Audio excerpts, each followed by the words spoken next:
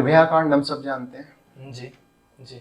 और निर्भया कांड की सच्चाई ये है कि सबको पता था, बहुत जल्दी पता चल गया था कि कौन अपराधी है जी।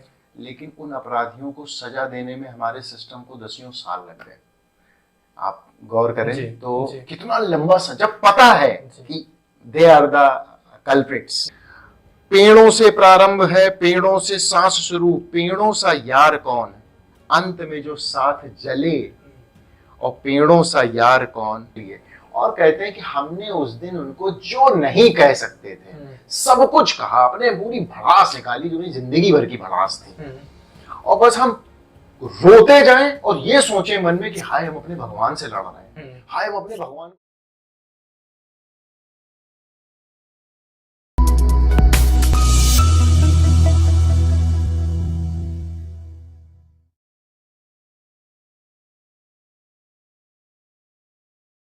पेड़ों का रुझान इसीलिए है कि जब मैंने देखा कि पूरी सृष्टि जो है वो पेड़ों के इर्द गिर्द ही घूम रही है, सब कुछ वहीं से प्राप्त हो रहा है, प्रकृति से ही प्राप्त हो रहा है, उसमें पेड़ों का बहुत बड़ा रोल है। इस गौरैया बचाओ अभियान sweet sparrow come back home की आपने बात की, उसमें करीब 9 टाइप ऑफ वैरायटीज बर्ड्स ने शेल्टर लिया, जिसमें स्पैरोज थी, जिसमें पाई थी, जिसमें ब्राह्मणी मैना, जिसमें रेगुलर मैना, जिसमें इंडियन सिल्वर बिल, फाख्ते, ठीक है, तोते, टुइयां और गिलहरियां, ठीक है, और एक रॉबिन। इतनी बर्ड्स को मैंने खुद स्पॉट किया जो बाकायदा फैमिली के साथ रह रही हैं और बच्चे पैदा कर रही हैं। तो जब ये हमें लगा कि नहीं यार, तो फिर लगा कि पेड़ों का अपना एक रोल है, क्योंकि कल जब हम ये शेल्टर नहीं है तो कौन है, मैं नहीं था तब कौन था, मैं नहीं रहूंगा तब कौन होगा, तब तो पेड़ ही रहेगा ना, जब आप पेड़, ठीक है ना। तो फिर हमने जब ये पेड़ों वाला कार्यक्रम शुरू किया, पहले तो हमने बच्चों को पेड़ देने शुरू किए, हम सिर्फ 10 रुपए बच्चों से लेते थे, वन विभाग से पेड़ खरीदते थे, एक सर्टिफिकेट देते थे, बच्चे को बोलते थे बेटा ये ऑक्सीजन सिलेंडर, इसे बड़ा करो, एक दिन में तुम 3000 की ऑक्सीजन नेचर से फ्री में ले रहे हो, तो देनी भी तो पड़ेगी क्योंकि पेड़ तो लगातार कट रहे हैं। तुम इसको पालो, पहले 3 साल घर में के अंदर गमले में पालो, जब पापा की हाइट का हो जाए तब इसे बाहर कहीं सुरक्षित जगह लगाना, तो इसके चलने की पॉसिबिलिटी बढ़ जाएगी। एक चीज, दूसरा ये कि पेड़ जो लग रहे हैं वो जो काटे जा रहे हैं उसकी कीमत पे लग रहे हैं, ये हमारा दुर्भाग्य है। ठीक, आप जो काट रहे हैं वो हाथी है, वो 100 साल का है, 200 साल का है, 500 साल का है, और आप जो लगा रहे हैं वो 2 फुट का 4 पत्ती वाला एक पौधा है। आप कह रहे हो हम एक लगाएंगे, एक काटेंगे और 4 लगाएंगे, आप बताइए जस्टिफाइड है? मतलब एक आईएएस जो रिटायर होने जा रहा है मुख्य सचिव पद से, और उसके कंपैरिजन में 4 चपरासी तो भी कल अपॉइंट हुए हैं, कोई कंपैरिजन है? कोई कंपैरिजन नहीं है। इसी पर मैं बार बार क्वेश्चन करता हूं। मेरा मानना है पुराने बचाओ, जैसे बच सकते हैं वैसे बचाओ। आप रेगिस्तानी सड़क का मॉडल मत फॉलो करिए कि वो अलाइनमेंट बिगड़ जाएगा। अरे 500 साल का पुराना पेड़ है, उस पे कितनी बायोडाइवर्सिटी, उसे बचाओ, थोड़ा अलाइनमेंट बिगड़ता है बिगाड़ दो, थोड़ी सड़क कम कहीं चौड़ी हो रही है, लोग ब्रेक मार के निकाल लेंगे, लेकिन आप पेड़ को बचाएंगे, ठीक, वो नहीं हो रहा है। वो अलाइनमेंट के चक्कर में 500 साल का पेड़ भी कटता है, काट दीजिए, 1000 साल का भी कट जाए तो काट दीजिए, कोई दिक्कत नहीं है, सैकड़ों काट दीजिए, हजारों काट दीजिए, लाखों काट दीजिए, ये हो रहा है, और ये खूब हो रहा है। इसीलिए मैंने बोला था 75% जमीन से जंगल खत्म हो चुका।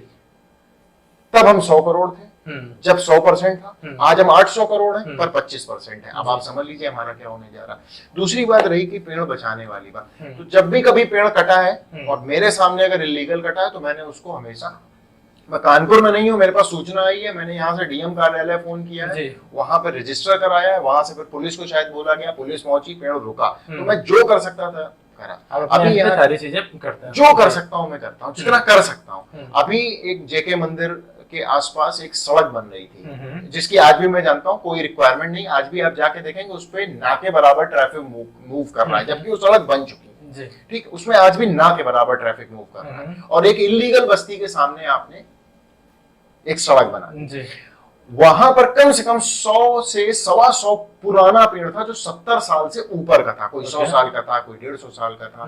जब वो पेड़ कटने की मुझे खबर मिली तब मैं बाहर था, मैं 3 दिन बाद लौट के आया, ये पता चला कि सरकारी प्रोजेक्ट है, सड़क बनने जा रही, पेड़ कट रही। मैं 3 दिन लौटता रहा, मैं सबके पास गया, कमिश्नर के पास गया, अलग अलग विधायकों के यहाँ गया, कोई मिला तो उसने बात पे ध्यान नहीं दिया, भैया इसमें क्या हो सकता है, विकास होगा तो पेड़ कटेगा ही, सबने वही टके के 3 वाला जवाब दिया। जब मैं निकल रहा था तो एक पेड़ पर आरी मेरे आंखों के सामने चल रही थी, और मैं क्या बोलूं आपको, आपने बोला था शुरुआत में कि मैं स्पिरिचुअल पर्सनैलिटी हूँ, तो उससे 10 दिन पहले मैं बद्रीनाथ में था, और जब मैं पेड़ के सामने खड़ा हुआ तो वो बरगद का विशाल पेड़ था और बस मैं उसको देखता रहा हूँ। मैं सोचूं मैं कितना, मैं कुछ नहीं कर पा रहा हूँ, मैं जिससे बात कर सकता हूँ, आप अथॉरिटीज के पास ही तो जाओगे ना, जिसके पास पावर। तो अचानक से क्या हुआ मैं समझ नहीं पा रहा हूँ, मुझे ऐसा लगा जैसे भगवान विष्णु चतुर्भुज रूप में उसी पेड़ में मुझे दिखाई दिए, और ऐसा लगा जैसे मुझसे कह रहे हैं कि वो नहीं कर सकते, तुम क्या कर सकते हो। मतलब एक ऐसा आह्वान टाइप का हुआ मेरे लिए, मुझे कुछ नहीं समझ में आया। मैंने अपना बैग रखा और मैं हेलमेट पहने हुए था, वो जो डाल पे बैठ के पेड़ काट रहा था आरी से, मैं जा करके उस पेड़ के उसी डाल के एग्जैक्ट नीचे खड़ा हो गया, बस भगवान को मन में रख के कि अब जो तुम्हें करना है करने दो। अब लोग देख रहे थे तो एकदम थोड़ा सा वो हो गया कि यार ये कौन है, यार पेड़ कट रहा है वो, मतलब उन्होंने सोचा कि ऐसे ही खड़ा हो गए जाकर के। मैं 2-3 मिनट तो वहां से बिल्कुल मैं उसी ही स्थिति में खड़ा रहा, तब उसने आरी चलानी बंद की और मैं बिल्कुल इस मूड में गया था कि आज इस पेड़ के चक्कर में मर जाऊं, बवाल बनेंगे। मतलब मैं इतना ज्यादा परेशान हो गया था, मतलब परेशान शायद एक गलत शब्द है, कि मुझे लगा कि ये इतना आसान नहीं होना चाहिए जितने आसानी से कट रहा है। ये बहुत महत्वपूर्ण चीज है। एक मकान गिर जाए तो क्या होगा, आप एक 10 मंजिल का मकान गिरा दीजिए, 1 साल फुल स्पीड से काम चलाइए, 1 साल में 10 मंजिल का दोबारा खड़ा हो जाएगा ना। 70 साल का पेड़ अगर कट गया तो उसको दोबारा 70 का बनने में कितने साल लगेंगे, 70 साल ही लगेंगे। बस यही लोग नहीं समझ रहे। मैं नीचे खड़ा हो गया, जब उसके बाद थोड़ा सा वो आरी रुकी, मुझे कुछ नहीं समझा, मैं दोनों जटाएं जो उसकी लटकी थी, जटाओं को लेकर के मैंने उसको अपने पेड़ को एक ग्रिप में लिया, और वो पेड़ मैं ऐसे पकड़ पा रहा था। अब आप समझिए कि वो पेड़ कितना रहा होगा, और मैं बस ऐसे ही लटक गया, और पता नहीं क्या हुआ, ऐसा लगा जैसे मैं किसी अपने के गले लगाऊं, और मेरे आंखों से आंसू निकलने शुरू हुए, मेरे रोना आने लगा मुझे, और बस मुझे लगा आज तुम्हें कटने नहीं दूंगा, कुछ भी हो जाए आज तुम्हें नहीं कटने दूंगा।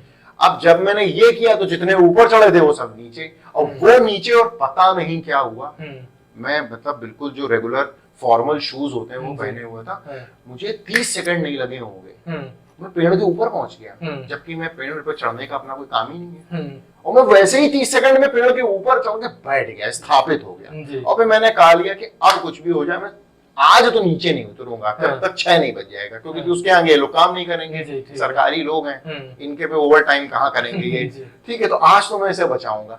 जब मैं बच गया तब वहां मोहल्ले में हल्ला हुआ, फिर कुछ क्षेत्रीय लोग, जिसमें अंकज मिश्रा जी, बहुत बड़ा नाम है, एडवोकेट अंकज मिश्रा, वो बाहर निकल के आए। जब उन्हें पता चला कि ऐसा हो रहा है, तब उन्होंने बहुत सबको हड़काया कि ये कितना ग्रीन एरिया हुआ था, हम लोग बचपन से यहाँ रह रहे हैं, तुम लोगों ने पूरा बर्बाद कर दिया। फिर वहाँ बहुत सारे लोग आए, फिर मीडिया भी आ गया, और फिर वो चीज बहुत हाईलाइट हो गई। यू विल नॉट बिलीव, उस पेड़ को 1 साल तक मैंने नहीं कटने दिया, और वो तभी कट पाया जब मैं कानपुर में नहीं था।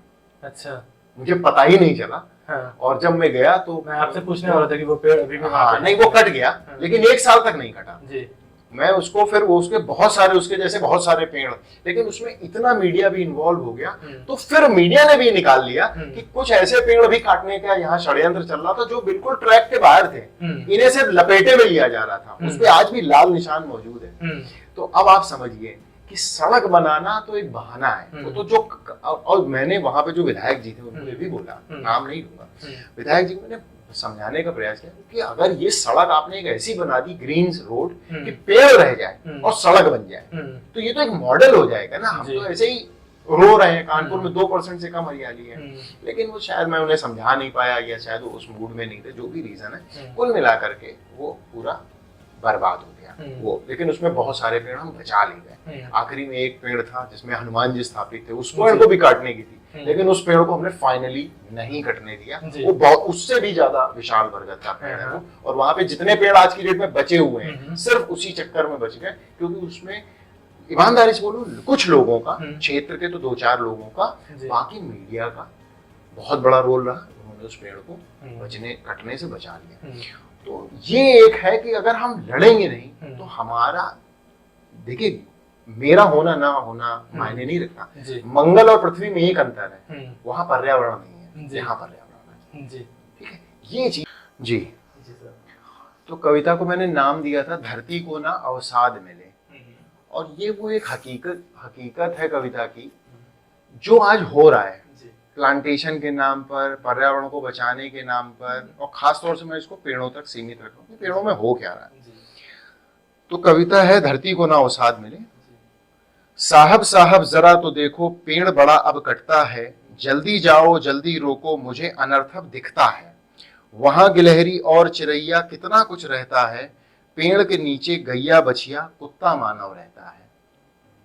साहब चौंके फिर वो संभले, बोले मुझको भी दिखता है, उस भूमि पे विकास चलेगा, पेड़ वहां तभी कटता है।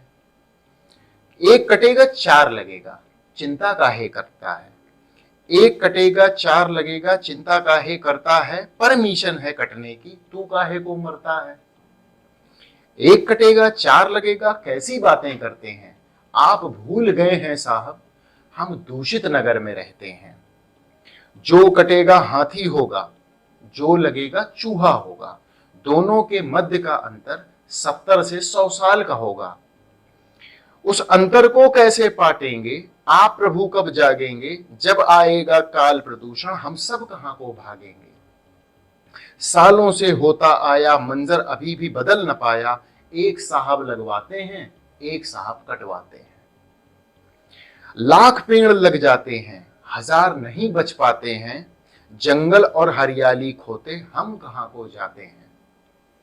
मुझे बताओ हर जीव की संख्या क्या थी, क्या तुमने कर डाला, बाघ गिद्ध कौवा गौरैया सबकी मैया दैया कर डाला। हरियाली लाने को तुमने टेम्पो हरियल कर डाला, भूमि मिली ना पेड़ों को तो कागज हवरा ही रंग डाला। मेरे साहब जरा तो सोचो, तुम अक्सर प्रमोशन पाते हो, उस ताकत से ही तो तुम कितनी समृद्धि पाते हो। अगर धकेलूं आपको पीछे वहां जहां से थे आप चले, फिर होगा क्या भविष्य आपका, जहां से चले फिर वहीं मिले। बाबू साहब बन जाएगा, साहब बाबू रह जाएगा। यही हाल है उन पेड़ों का जिनमें कभी ना फूल खिले, जरा पनपने फिर लगने कटते, वहीं कहीं जो 100 बार लगे, वहीं कहीं जो 100 बार कटे। कैसे बढ़ेगी हरियाली, कब आएगी जंगल में खुशहाली, 2-4 साल में साहब जब पेड़ काट दिया जाएगा। साहब मैं छोटा बालक हूं, बुरा लगे कर देना माफ, थोड़ा प्रकृति का चिंतन करिए, काल प्रदूषण होगा हाफ। मेरे हो या फिर आपके बच्चे हैं नन्हे मुन्ने अभी हैं कच्चे, मिलकर हम सब हरियाली बचाएं, ताकि कल ये खुशहाली पाएं। सड़क मेरी 10 साल चले, जो पेड़ लगे 100 साल चले। सड़क मेरी 10 साल चले, जो पेड़ लगे 100 साल चले, यही चाहिए सबको अब, सबको हरित विकास मिले। जब हरियाली छा जाएगी, खुशहाली आ जाएगी, मुझे तुम्हें विकास मिले, धरती को ना अवसाद मिले, मुझे तुम्हें विकास मिले, धरती को ना अवसाद मिले। क्या बात है। एक छोटी सी और मैं बोलूंगा, जी, आज की सच्चाई है कि कल और आज का तुलना है। जी, आज जहां घर है कल वहां पेड़ था, आज जहां सड़क है कल वहां पेड़ था, आज जहां खेत है कल वहां पेड़ था, आज जहां प्लॉट है कल वहां पेड़ था। आज यहाँ जो भी कुछ उसके पीछे जंगल था, आज यहाँ जीवन भी उसके पीछे पेड़ था।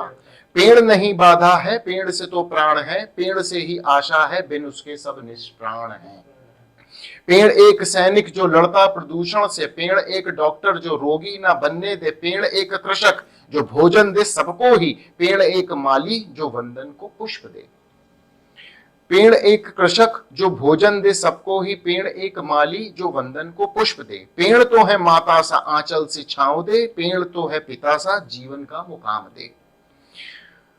पेड़ तो है मित्र सा जो देता और देता रहे, पेड़ तो है ईश्वर जो जीवन का आधार दे। पेड़ सा पवित्र कौन जो कभी अपराधी नहीं, पेड़ सा तपस्वी कौन जो जीवन भर तपता रहे। पेड़ नीलकंठ सा जो हलाहल पीता रहे, जहर पी रहा है दिन भर, पेड़ जहर पी रहा है। पेड़ तो है नीलकंठ जो हलाहल पीता रहे, पेड़ तो है अमृत कलश अमृत मानव को देता रहे। पेड़ एक संसार जहां प्राणी और पंछी पले, पेड़ से ही है बहार बसंत में फूल खिले। पेड़ जो कर सकता कोई नहीं कर सकता, पेड़ जितना दे सकता कोई नहीं दे सकता। पेड़ है अनमोल देव, बस लकड़ी का मोल लगे। पेड़ है अनमोल देव, बस लकड़ी का मोल लगे। सांसें सबकी साधे रहे, फिर भी सबको बाधा लगे। पेड़ों से प्रारंभ है, पेड़ों से सांस शुरू। पेड़ों सा यार कौन, अंत में जो साथ जले। और पेड़ों सा यार कौन, अंत में जो साथ जले। धन्यवाद। पहली बात, पेड़ों के ऊपर आपने इतनी अच्छी दो कविताएं सुनाई, बहुत बहुत धन्यवाद सर कि आपने हमारे मंच पे अपनी ये इतनी अच्छी कविताएं सुनाई। तो सर, आपका इस इनिशिएटिव की भी बात हो गई। अब मैं एक नए इनिशिएटिव की तरफ मूव करना चाहूँगा जो कि आपने शुरू किया है, फाइनल जस्टिस इन 365 डेज करके, अगर मैं सही नाम ले रहा हूँ। ओके, सो इस इनिशिएटिव के बारे में सर थोड़ा सा हमारे ऑडियंस को बताइए। इस इनिशिएटिव की गंभीरता के बारे में थोड़ा सा बताइए, और इसको शुरुआत करने की क्या कहानी रही उसके बारे में बताइए। निर्भया कांड हम सब जानते हैं। जी जी। और निर्भया कांड की सच्चाई ये है कि सबको पता था, बहुत जल्दी पता चल गया था कि कौन अपराधी है जी। लेकिन उन अपराधियों को सजा देने में हमारे सिस्टम को 10 साल लग गए। आप गौर करें जी, तो जी। कितना लंबा जब पता है कि दे आर द कल्प्रिट्स, ये दोषी हैं, इन्होंने ये क्राइम किया था, तो उन्हें सजा देने में हमको अभी 2 साल पहले शायद उनको बहुत समय लगा, कैपिटल पनिशमेंट हुआ।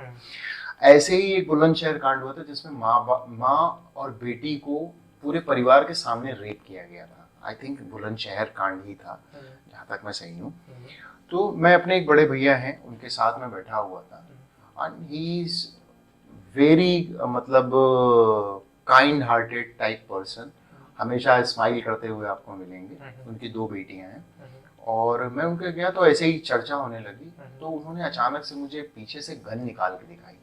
तो मैं पहले राउंड में तो मैं सरप्राइज हो गया कि ये मतलब गन लिए हुए हैं। तो उन्होंने बोला, गौरव यार, अब परिवार के साथ चलता हूँ ना, डर लगता है कि पता नहीं कल क्या फेस करना पड़ जाए। तो मैंने कहा, भैया सही बात तो आप सही कर रहे हैं, और आज से आपको भी याद होगा कि 6-7 साल पहले जो एटमॉस्फेयर था, मतलब ये तो ऐसा लगता था जैसे रोज कुछ ना कुछ होना ही है इस टाइप का। बहुत न्यूज़ तरह की आती थी, बहुत आती थी। 100 साल की महिला 99 साल की महिला के साथ रेप हो गया, 3 महीने की बच्ची के साथ रेप हो गया, मतलब कुछ समझ ही नहीं आ रहा था कि हो क्या रहा है। तो फिर मैंने उनको बोला कि भैया इसमें कुछ करना चाहिए हमको। तो उन्होंने बोला क्या हो सकता है। मैंने कहा अवेयरनेस, और एक डिमांड करी जाए, पब्लिक थोड़ा सा लेटर भेजे प्राइम मिनिस्टर के पास कि हमें ये चीजें चाहिए, ऐसे होना चाहिए। तो उन्होंने कैसे होगा, मैंने कहा मैं कोशिश कर सकता हूँ। उन्होंने बोला कि आप करो, मैं आपको पूरा सपोर्ट करूंगा। एंड नेक्स्ट डे, दूसरे दिन से मेरी प्लानिंग फाइनल जस्टिस 365 डेज पे शुरू हो गई। सितंबर 2016 का समय था। उसके बाद करीब हमने 1.5 साल 2 साल इस कैंपेन को बहुत एक्टिवली रन किया, जिसमें कम से कम 8 बार शहर के 50-50 हजार बच्चे सड़क पर आए, रैलियां निकली, प्रिंसिपल डॉक्टर्स की कुछ मीटिंग्स हुई जिसमें सबने बात को समझा। मैंने एक लेटर तैयार किया जो हम प्राइम मिनिस्टर को भेजने वाले थे, जिसमें 3 डिमांड मेन थी। एक, रेप के जितने भी मामले हैं, रेप शब्द आया नहीं, आप उसको उसमें फास्ट ट्रैक कोर्ट में भेजिए। मैंने बताया नहीं, मैं एडवोकेट भी हूँ, 2008 का मेरा रजिस्ट्रेशन है, बट मैंने हमेशा ये वो किया था कि मैं जब भी लड़ूंगा कोई मुद्दे की लड़ाई लड़ूंगा, मैं रेगुलर प्रैक्टिस शायद नहीं कर पाऊंगा। तो मैं मुद्दे की लड़ाई पर्यावरण में भी कर रहा था और इसमें भी कर रहा था। तो पहला हमारा था मुद्दा कि फाइनल उसमें फास्ट ट्रैक कोर्ट में उसको भेजिए। दूसरी हमारी डिमांड थी कि कुछ भी हो, lower court, high court, supreme court सब मिला करके 365 दिन से ज्यादा का समय आपको नहीं लेना है। आप उसको जस्टिस दीजिए। ये नहीं हो सकता कि हड्डी आज टूटी है 5 साल बाद उसमें प्लास्टर करेंगे, ये होता नहीं। भूख मुझे आज लगी तो मैं खाना 2 महीने बाद नहीं खाऊंगा ना। आज एक महिला के सम्मान पर एक ऐसा हमला हुआ जिसे वो जिंदगी भर नहीं भूलेगी, और आप उसे भंवरी देवी के केस की तरह दशकों तक आप उसको लटकाए रहेंगे, तो ये नहीं हो सकता। और तीसरा ये था कि 1% मामलों में आपको मैसेजिंग देनी होगी, जो हीनियस मामले हैं, जघन्यतम है, उनमें आप कैपिटल पनिशमेंट दीजिए, फांसी की सजा दीजिए, लटकाओ इन लोगों को, यही सी लाइन है, आप इनको टाल नहीं सकते।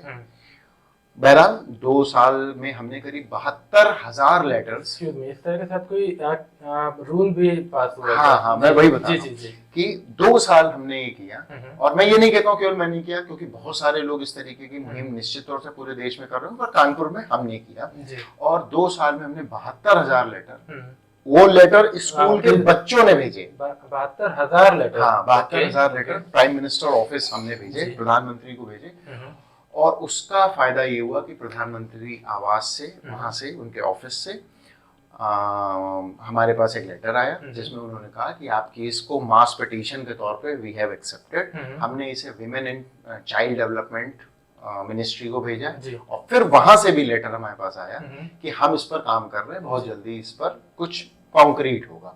और फिर 2 साल बाद न्यू पॉक्सो एक्ट आया, और जिसमें आपने अब उसके बाद आपने देखा होगा, अभी बीच में खबरें आती हैं कि 25 दिन में फांसी की सजा, 45 दिन में उम्र कैद। ये जो मामले अभी ये आने शुरू हुए, ये उसके बाद ही शुरू हुए, जिसमें टाइम अभी उन्होंने 1.5 साल का एक पीरियड बना दिया है कि 1.5 साल के भीतर चलिए, लेकिन 30 साल से 1.5 साल तो आए, अभी हम लोग उसको वेट एंड वॉच कर रहे हैं कि, और आपने यूपी में कम से कम डेटा देखा ही होगा कि मामले बहुत डाउन हुए हैं, काफी हद तक डाउन हुए हैं, तो अब उतने फ्रिक्वेंटली मामले नहीं आते।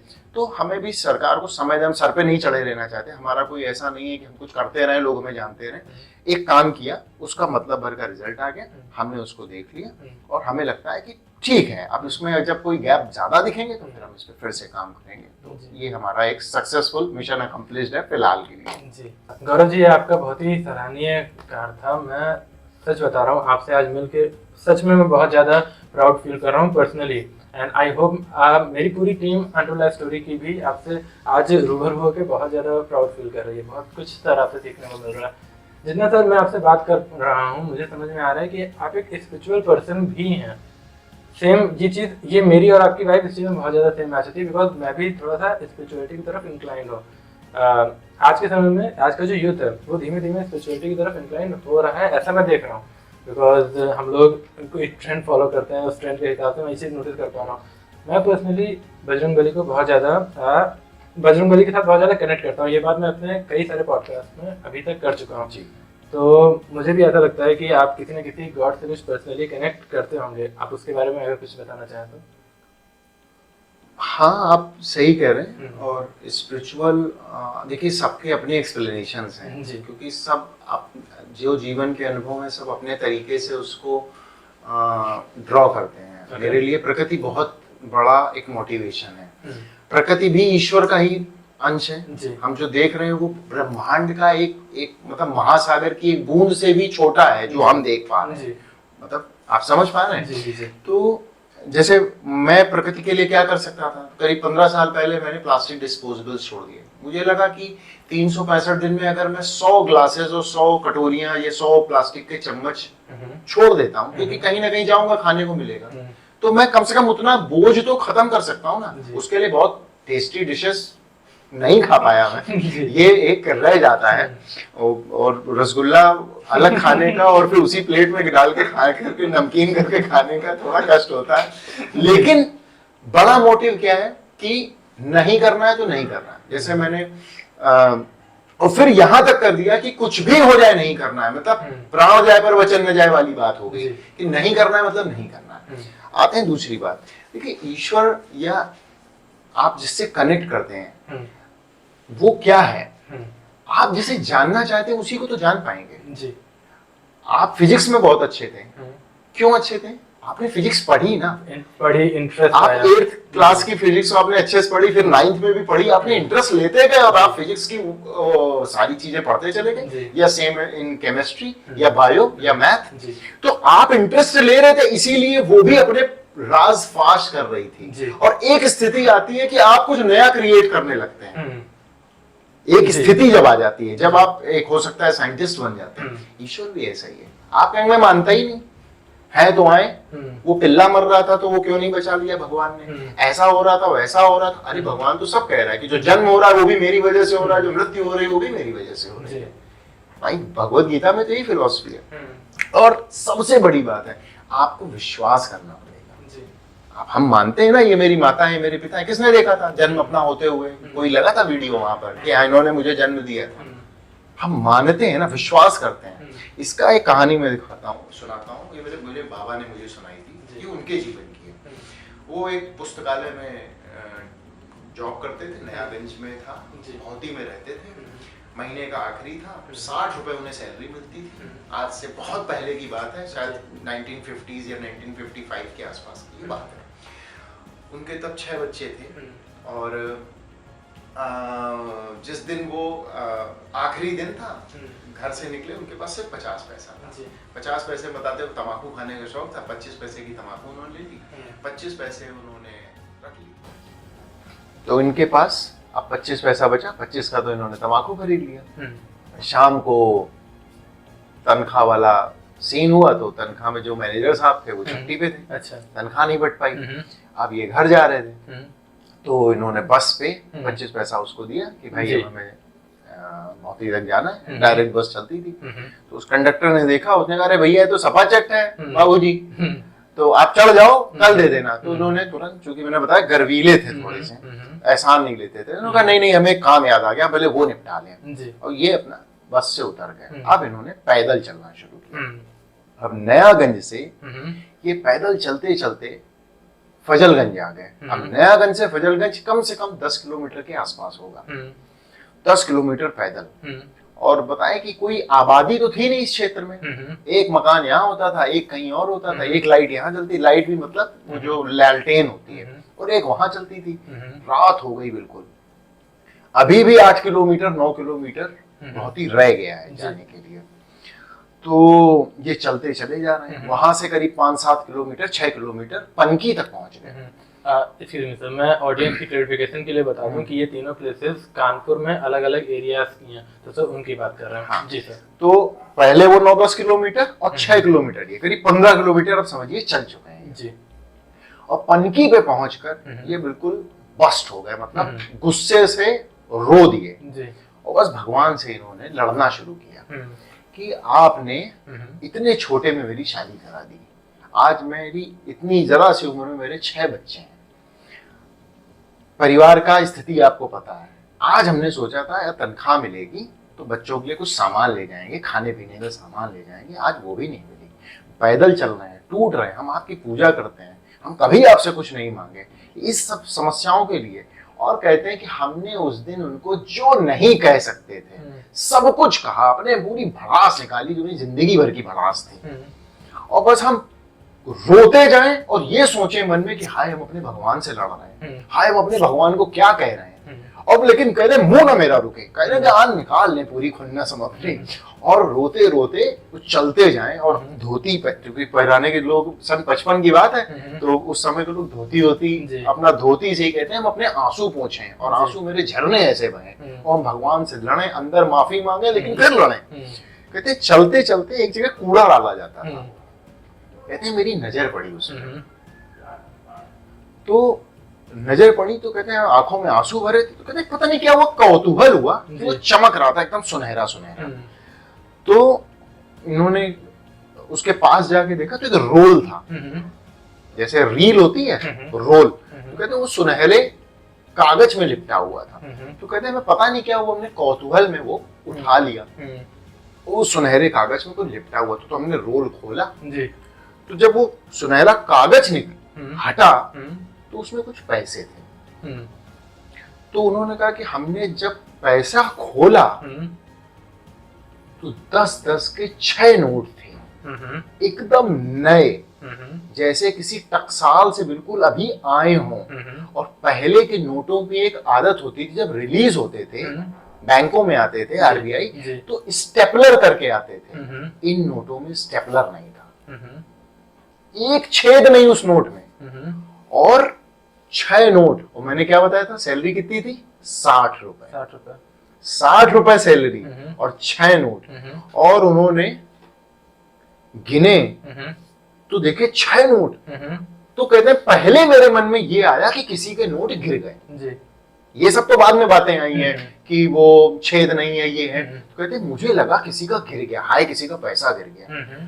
तो कहते हमने लिया और कहते हम ऐसे ऐसे गिन गिन के, कहते रोना धोना तो भूल गए सब, क्योंकि 60 रुपए पूरे महीने की मतलब उस समय पैसा इतना इंपॉर्टेंट होता था, पैसा 60 रुपए बहुत बड़ी चीज होती थी। तो कहते वो ध्यान से हट गया, मेरे ध्यान में ये रहा किसी का पैसा गिर गया, बेचारा क्या कर रहा होगा। तो हमने 60 रुपए ऐसे ऐसे कर करके गिनना शुरू किया, ताकि अगर किसी के हो बेचारा ढूंढता हुआ आ रहा हो तो कहेगा कि भैया मेरे गिर गए। कहते हैं हम ये करते करते भैया घर पहुंच गए, और जब घर पहुंचे तब हमने जब इन सब बातों पे ध्यान दिया कि सुनहला कागज, नया नोट, स्टेपलर, पिन भी नहीं लगी हुई है, और ये तो उतना ही पैसा है जितनी मेरी सैलरी है। कहते हैं जब हमें सब ये याद आया तब हम और फूट फूट के रोए कि भगवान हम कितना तुम्हारे लिए गलत बोल दिए, कितना हम तुम्हारे लिए अपशब्द बोल दिए। और हम सोच रहे थे तुम देखते नहीं हो, अरे प्रभु तुम तो क्षण क्षण देखते हो, तुम तो हमको एक एक बात मेरी सुने हो, तुम इतना नाराज हो गए कि तुम्हें पैसे फेंकने। अरे वो कहते हम बता नहीं सकते उस समय क्या क्या हुआ। कहते हम रोए, कहते उतना उस समय जितना रोए उससे ज्यादा कई दिन रोते रहे। और फिर 2 दिन बाद वो पहुंचे वहां, तो वो फिर मैनेजर और मालिक सब आए, तो सैलरी, तो उन्होंने बताया नहीं सैलरी तो हमें मिल गई। कहाँ मिल गई? तो उन्होंने पूरा किस्सा सुनाया। तो वो जो लाला जी थे वो पैरों पे गिर गए, कह रहे पंडित जी ये हुआ तुम्हारे साथ? तो कहें हाँ जो हुआ सच यही हम बता रहे हैं। उन्होंने नोट दिखाया कि देखो इसमें छेद नहीं है, और कागज सब दिखाया। तो वो बिल्कुल वो भी कह रहे पंडित जी तुमने तो भगवान को पा लिया। और कहते हैं तभी हमको बउआ बोलते थे कि बउआ हमने तब से सोच लिया कि भगवान से जिंदगी में कुछ मांगेंगे नहीं, वो सब देख रहा है, उसे सब पता है कि क्या देना है, किसको क्या करना है। तो जो स्पिरिचुअलिटी की आप बात कर रहे हैं, विश्वास, लड़ भी रहे हो तो अपना समझ के तो लड़ो भगवान से। हम डिनायल मोड में भैया नहीं दिखाओ हमको, आओ। अरे ऐसे थोड़ी चतुर्भुज रूप में खड़े हो जाएंगे, आ देखो एक एक आदमी को सबूत देते घूमेंगे। ईश्वर विश्वास का विषय, जब वो विश्वास भक्ति में बदलता है तब आप उसको प्राप्त होते हो, और वो आपको एहसास कराता है कि मैं हूँ, देखो हर जगह। तो ये है एक छोटा सा मैंने एक उदाहरण दिया, ऐसा मेरे जीवन में बहुत उदाहरण है जब मैंने ईश्वर को महसूस किया। वो कभी दोबारा कभी मौका लगेगा तब, जब साक्षात मेरा आमना सामना हुआ, वो एक अलग बात है, वो सब बाद में बताइए। जी बिल्कुल। तो गौरव जी, आप इतना कीमती समय निकाल के इतने सारे आप काम किया कर, इतने सारे कार्य, इतने सारे काम आप किया करते हैं, उसमें से अपना कीमती समय निकाल के आप आए, हम लोगों के साथ इतनी सारी बातें शेयर की, हम लोगों ने इतना सब कुछ आपस में बातें की, काफी कुछ आपसे सीखने को मिला, काफी कुछ आपके बारे में जाना। गौरव जी बहुत बहुत धन्यवाद आपका कि आपने इतना सब कुछ हम लोगों को दिया, इतना यादगार पॉडकास्ट दिया अनटोल्ड लाइफ स्टोरी को। Thank you very much. कैसा लगा आपको यहाँ के? बहुत बहुत आपकी टीम से मिलके, आप लोगों से मिल करके, आपसे मिल करके, और जो आपका पर्पस है वो बहुत अच्छा है। और भगवान करे आपका पर्पस ईश्वर, फिर वही आप भी स्पिरिचुअल हैं तो वो सब जानते हैं, मुझे कहने की जरूरत नहीं है। अगर आपका मोटिव ईमानदार रहेगा तो वो आपको ज्यादा सोचना नहीं पड़ेगा, वो रास्ता खुद ही सारे बना देगा। मैं तो 10 साल से बिल्कुल साक्षात ही देख रहा हूँ, सब रास्ते खुद बनते चले जाते हैं, आपको बस करते चले जाना है। गौरव जी इस पॉडकास्ट को अब हम रैप करेंगे, आपने बिल्कुल सही बात कही है, और इस पॉडकास्ट को अब हम रैप करेंगे। जल्दी मिलेंगे दोबारा डेफिनेट। दोस्तों ये थे गौरव वाजपेयी जी, आपने आज इनके बारे में बहुत कुछ जाना, इनकी लाइफ के कई सारे पहलुओं को हम सब ने साथ मिलकर जाना समझा। सर ने अपनी कविता और अपना एक प्यारा सा रैप सॉन्ग भी सुनाया, जो कि डेफिनेटली अलग से भी रिलीज होगा इस चैनल पे और हमारे इंस्टाग्राम चैनल पे। तो ऐसी और अपडेट्स के लिए और अनटोल्ड लाइफ स्टोरी के और किस किस नए गेस्ट को आप चाहते हैं उनके बारे में डेफिनेटली हमको कमेंट आउट कीजिए, हम जरूर आपके कमेंट पढ़ेंगे और उनको अप्रोच करेंगे। इसी के साथ इस पॉडकास्ट को अब हम रैप करते हैं, और इस प्रार्थना के साथ कि गौरव जी जो गौरैया बचाओ अभियान चला रहे हैं और जो ट्रीज प्लांटेशन का काम कर रहे हैं वो बहुत तेजी से आगे बढ़े, सिर्फ कानपुर ही नहीं पूरी दुनिया में वो एक अपनी अलग पहचान बनाए इस काम के चलते। इस दुआ के साथ इस पॉडकास्ट को यहाँ खत्म करते हैं। Thank you very much. Thank you.